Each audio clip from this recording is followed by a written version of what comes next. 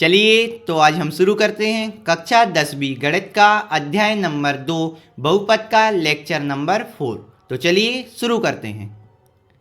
इस लेक्चर में अपन करेंगे प्रश्नावली 2.2 का पहले क्वेश्चन का दूसरा क्वेश्चन, माने पहले के अंदर 6 क्वेश्चन है ना, 2.2 के पहले के अंदर 6 क्वेश्चन, उसमें से इसका पहला क्वेश्चन पहला अपन ने पिछले लेक्चर यानी तीसरे लेक्चर में कर लिया था। अब इस चौथे लेक्चर में अपन करेंगे क्वेश्चन नंबर 2 और ऐसे अपन हर क्वेश्चन को लेक्चर वाइज लेक्चर में करते जाएंगे। ये लेक्चर भले ही छोटे होंगे, एक एक दो क्वेश्चन करा रहे अभी, लेकिन आपको अच्छे से समझ में आएंगे। डिटेल से एक ही क्वेश्चन भले ही करेंगे लेकिन पूरा फोकस अपन एक ही क्वेश्चन में करेंगे, ठीक है ना।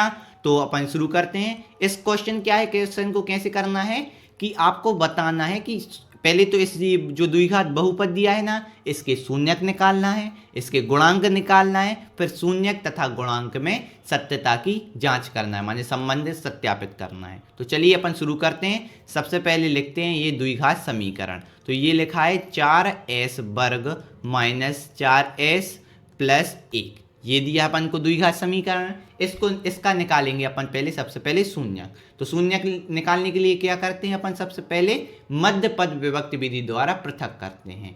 तो मध्य पद विभक्ति विधि आप कहेंगे सर ये कैसे करना है, तो अगर जिसने पिछले लेक्चर से देखते हुए आ रहे हैं सीक्वेंस से तो उन्हें तो दिक्कत नहीं जाएगी, लेकिन जिसने अभी पहले लेक्चर नहीं देखे हैं ना तो उन्हें दिक्कत जा सकती है। इसलिए आपसे निवेदन है कि सीक्वेंस से लेक्चर देखें। पहले लेक्चर से इसके जो सेकंड चैप्टर की प्लेलिस्ट है उसमें पहले अपने लेक्चर से आप जब देखेंगे ना तो आपको समझ में धीरे माने आसानी से समझ में आता रहेगा। तो आप सीक्वेंस से देखिए। तो चलो इस सवाल को सॉल्व करते हैं। अब अपन इसमें लगाएंगे मध्य पद विभक्ति विधि, माने बीच वाले पद को तोड़ना, माने मध्य पद विभक्त यानी बीच, मध्य पद यानी बीच वाला पद, ये है ना बीच वाला, एक इस साइड एक इस साइड, इन दोनों के बीच में क्या है -4s। तो मध्य पद विभक्ति विधि यानी बीच वाले पद को तोड़ेंगे कैसे, देखो दो कंडीशन होती है ना मध्य पद विभक्ति विधि की कि ऐसी मन से दो संख्या का गुणा चाहिए, माने ऐसी मन से दो संख्या चाहिए जिनका गुणा करने पर पहले और तीसरे पद, देखो ये पहला पद, ये दूसरा, ये तीसरा, ये तो बीच वाला है, तो पहले और तीसरे पद का गुणा करने पे जो आंसर आता है और जोड़ने घटाने पे -4s आना चाहिए। मतलब देखो ध्यान से समझो, ऐसी दो संख्या लेना है जिनका गुणा करने पर वो आंसर आए जो पहले और तीसरे पद का गुणा करने पे आंसर आता है। पहले और तीसरे पद का गुणा करने पे देखो कितना आएगा, 4s वर्ग का 1 में गुणा करो तो 4s वर्ग का ही आएगा। यानी अपन को गुणा करने पर ऐसी संख्या चाहिए जिनका गुणा करने पे 4s वर्ग आए, और ऐसी संख्या चाहिए जिनको जोड़ने घटाने पे बीच वाली संख्या आए, यानी बीच वाली संख्या क्या है -4s। तो गुणा करने पे 4s वर्ग कब होगा, जैसे s वर्ग कब आता है गुणा करने पे, s का गुणा s में करेंगे तब। अब 4 कब आता है गुणा करने पे, एक तो 4 एकम 4 और एक 2 दूनी 4। अब इनमें से 4 और 1 संख्या होगी, माने दो संख्या 4 और 1 होगी कि 2 और 2 होगी। तो देखो दूसरी कंडीशन क्या दी है कि जोड़ने घटाने पे बीच वाली संख्या आए, यानी -4s आए। तो -4s जोड़ने पे कब आएगी, देखो 4 और 1 5, और 4 में से 1 घटाओ तो 3, तो ये तो 4 कोई हालत में नहीं आ रहा, तो ये तो नहीं होगी। अब देखो 2 और 2 कितना होगा 4, लेकिन देखो माइनस आ रहा है, और जोड़ने पे माइनस कब आता है, जब दोनों संख्या काय की हो, माइनस की। क्यों, देखो जैसे माइनस का 2s और माइनस का 2s, देखो अगर इनको गुणा करो तो माइनस से माइनस गुणा करेंगे तो कट जाएगा, 2 दूनी 4 और s का s में किया तो s वर्ग, देखो गुणा करने पे 4s वर्ग आ रहा, और जोड़ने घटाने पे देखो -2s -2s, तो माइनस माइनस माइनस और संख्या जुड़ जाएंगी, तो 2s और 2s 4s, देखो जोड़ने पे कितना आ रहा है -4s आ रहा ना, यानी वह संख्या कौन सी होंगी, -2s और -2s। समझ रहे बात को। तो अब अपन इसको ये पूरा रफ में करना है, अपन को पता चल गई ना कौन कौन सी संख्या होंगी। तो देखो पहला पद तो ज्यों कहते हो, बीच वाला पद तोड़ना था ना मध्य पद विभक्ति विधि से, तो -2s और -2s लिख सकते हैं इसको अपन, बिल्कुल माइनस, ये 25 नहीं है ऐसे ध्यान रखना, प्लस एक, कई लोग कंफ्यूज हो जाए कि ये 25 कैसे लिख दिया। तो पता चला ना कैसे, पहली कंडीशन की गुणा वाला और दूसरी कंडीशन जोड़ने घटाने वाला। तो ऐसी देखो अपन -4s को -2s और -2x लिख सकते हैं, क्योंकि देखो माइनस माइनस माइनस और संख्या जुड़ जाती हैं, तो 2s 2s 4s, देखो वही पुरानी संख्या आ रही। तो ये रफ कर देंगे क्योंकि ये पूरा रफ वर्क है, ये अपन को आपकी नोटबुक में भी करे ना तो पीछे रफ वर्क में करना ये सब, ठीक है ना। तो अपन ने ये रफ कर दिया और अपन आगे बढ़ते हैं। अब लेना है 2 2 के जोड़े बनाने हैं, 2 2 के अपन ने जोड़े बना दिए। अब देखो इनमें से दोनों में देखो कॉमन क्या है, माने दोनों में एक चीज क्या चीज़ है, एस दोनों में, तो एस बाहर ले लो और 2 और 4 किसके पहाड़े में आते, 2 के पहाड़े में, तो 2 भी बाहर ले लिया। तो देखो 2 का भाग 4 में दिया तो 2 दूनी 4, और एस वर्ग यानी 2 एस हैं। बता चुके कैसे, एस वर्ग यानी एस गुणित एस माने 2 एस हैं, तो एक एस बाहर आ गया, तो कितना एस बचा, एक एस बचा अंदर, ठीक है ना। माइनस माइनस आ गया। अब इसके बाद यहाँ देखो, माइनस यहाँ देख लिया, अब देखो 2s पूरा बाहर आ गया, तो यहाँ कुछ नहीं बचा यानी 1, ठीक है। अब देखो जो कोष्टक आपका यहाँ बना है, जो कोष्टक यहाँ बना है, वही कोष्टक पहले सबसे पहले मन से यहाँ बना दो।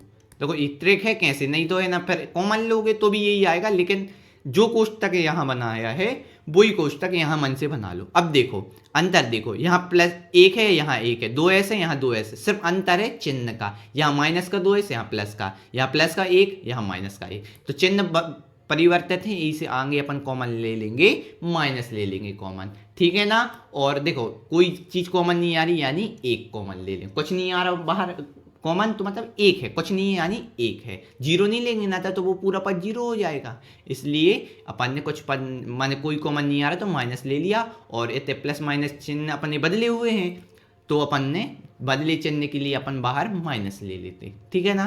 तो अब देखो बाहर वाली संख्याओं को एक कोष्टक में लिख दिया, 2s बाहर है तो ये, -1 बाहर है तो ये, और ये देखो दोनों एक से दिख रहे हैं, तो इन दोनों को कैसे लिख देंगे अपन, साथ में एक बार लिख देंगे, सिर्फ 2 बार है तो एक बार लिख दिया। अब देखो 2 बार देखो सेम आ गए, उससे टेंशन नहीं है, लेकिन अपन ने इन अलग का किया था और इनका अलग किया था, तो ये बाहर वाले को यहाँ लिख दिया और इन दोनों को सेम थे तो यहाँ लिख दिया, कोइंसिडेंस से ये दोनों सेम आ गए तो कोई दिक्कत नहीं। अब शून्य हेतु, कैसे के हेतु, शून्य हेतु, शून्य हेतु क्या करते हैं अपन, देखो शून्य हेतु क्या करते हैं कि ये 2 गुणनखंड आए ना, इनके बराबर में 0 रखो, देखो 2s फिर उसके बाद -1 बराबर 0, हर गुणनखंड के बराबर में 0 रखो और पक्षांतर कर दो तो आंसर आ जाएगा। देखो शून्य क्या कहलाता है, जिसका मान बहुपद या समीकरण में रखने पर आंसर 0 आ जाए, तो बराबर में ही आंसर 0 लिखते ना, यानी इस बहुपद इसका शून्य कब होगा, आंसर बराबर में शून्य रखा, पक्षांतर करेंगे तो मान आ जाएगा। देखो 2s है,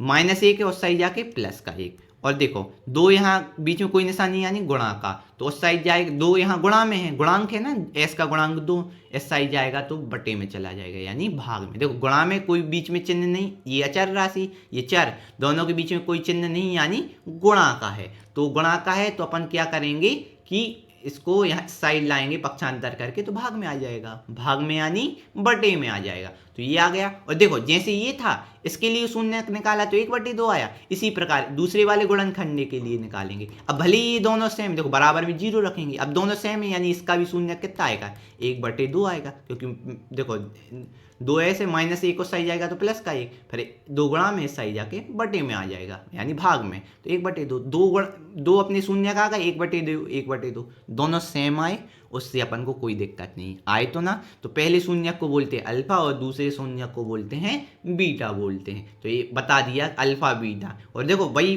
बात है, अगर आपको देखो अगर आपने लेक्चर सीक्वेंस से नहीं देखोगे तो आपको समझ में नहीं आएगा, तो बार बार कहने की ज़रूरत नहीं, वो तो आप समझ गए होंगे कि पहले अपन को लेक्चर पूरे सीक्वेंस से देखना है, दूसरा पहला फिर दूसरा फिर तीसरा और ये चौथा, तब आपको आसानी से समझ में आ जाएगा, ठीक है ना। तो अब देखो ये तो आ गए अपने 2 शून्य, अब निकालेंगे गुणांक, क्या निकालेंगे, गुणांक। कैसे निकालेंगे, दिए गए बहुपद, आप जिसने पहले कर चुके हैं ना उनमें तो पता है क्या लिखना है, दिए गए बहुपद की द्विघात बहुपद के व्यापक रूप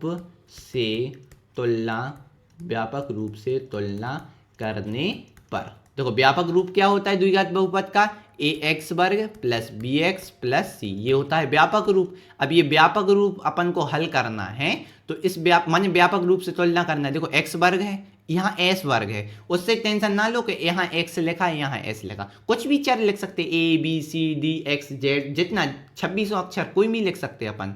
तो x वर्ग या s वर्ग में कंफ्यूजन ना हो, समझ लो ये x ही वर्ग है, तो इसके आगे क्या लिखा है 4, यानी a की जगह क्या लिखा है 4, यानी a का मान 4। इसी प्रकार b क्या है, x के आगे वाली संख्या यानी s के आगे वाली संख्या, तो s के आगे क्या है -4, देखो माइनस भी है ना साथ में तो -4। और c आने क्या होता है, ये अकेली संख्या, तो क्या है 1, तो c बराबर अपना आ गया 1 आ गया, ठीक है ना, 1 आ गया। अब अपन को क्या करना है, ये आ गए अपने पास शून्यक 1/2 1/2 दो शून्यक आ गए, सेम भले ही हैं लेकिन दोनों शून्यक हैं।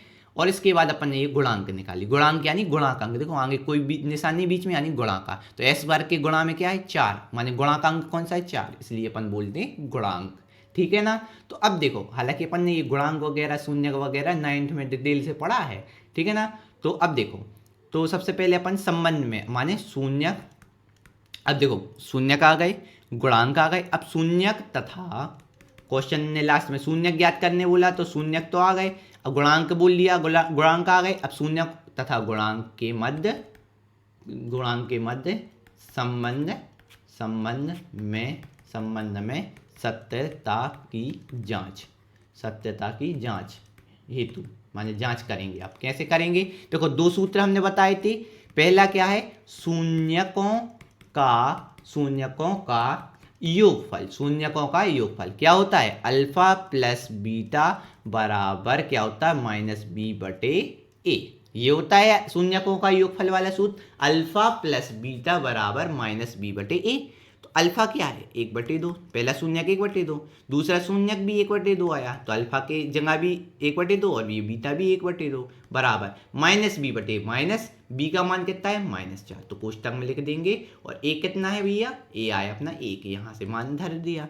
अब देखो इनको सॉल्व करो, 2 और 2 यहाँ लघुत्तम लेंगे तो 2 आया, 2 का भाग 2 में दिया तो 2 2 एकम 2, ठीक है 1 आया, 1 का ऊपर गणा किया तो 1 एकम 1 प्लस। यहाँ देखो सबसे पहले अब अपन को क्या करना है, देखो 2 एकम 2, 1 आया, 1 का ऊपर गुणा किया तो कितना आया भैया, कितना आया आंसर, ये अपना आ गया। यहाँ अपन कोई एक चीज़, एक मिनट, ठीक है ना, यहाँ गलती थोड़ा सा, ये अपन एक की जगह एक कितना है 4 है, 1 नहीं है 4 है, ठीक है ना।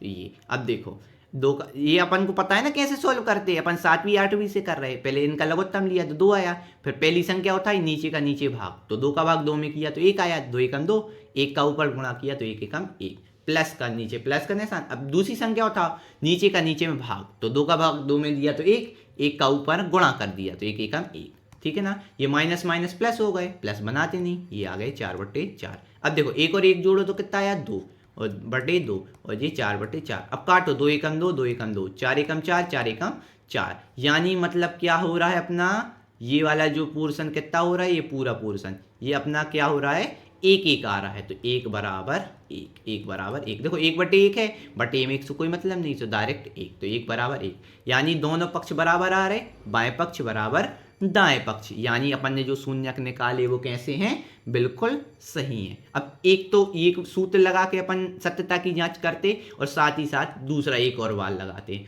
शून्यकों का गुणनफल। पहले तो योगफल से, अब करेंगे गुणनफल से। गुणनफल का क्या होता है, अल्फा बीटा बराबर c/a। तो अल्फा कितना है 1/2, बीटा कितना है 1/2, ये आया ना माने यहाँ से दोनों शून्यक, ये अल्फा पहला वाला अल्फा दूसरा वाला बीटा, और c/a, c कितना है 1 है, और a कितना है भैया 4 है, ठीक है ना। अब देखो बीच में कोई निशान नहीं यानी गुणा है, तो ऊपर का ऊपर गुणा नीचे का नीचे, तो 1 एकम 1 और 2 दूनी 1 मिनट सॉरी, इसको 1 एकम ऊपर का कितना आया 1 एकम 1 और 2 दूनी 4 बराबर 1/4। दोनों पक्ष बराबर आए, यानी बिल्कुल ये भी बराबर आए, ये भी बराबर आए, यानी अपने गुणांक भी सही हैं और शून्यक भी सही हैं। अतः लास्ट में लिखेंगे अतः संबंध सत्यापित है।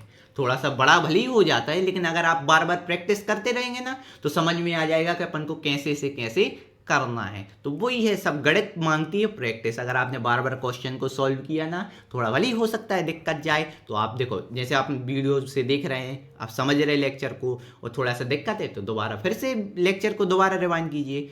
क्या है, अपन को यहाँ थोड़ी है कि हम एक बार बस देख सकते हैं लेक्चर, दूसरी बार देखो, तीसरी बार देखो, बार बार देखोगे और समझोगे तो वैसे ही अपन को आसानी से समझ में आ जाएगा, ठीक है ना। तो ये अपना 2.2 के पहले का दूसरा क्वेश्चन हो गया है इस लेक्चर में। अब अगले लेक्चर में अपन तीसरा क्वेश्चन करेंगे, ठीक है ना। तो अपन फिर मिलते हैं अगले लेक्चर में, ठीक है ना बच्चों। तो अगले लेक्चर में मिलते हैं, तब तक के लिए थैंक यू, धन्यवाद।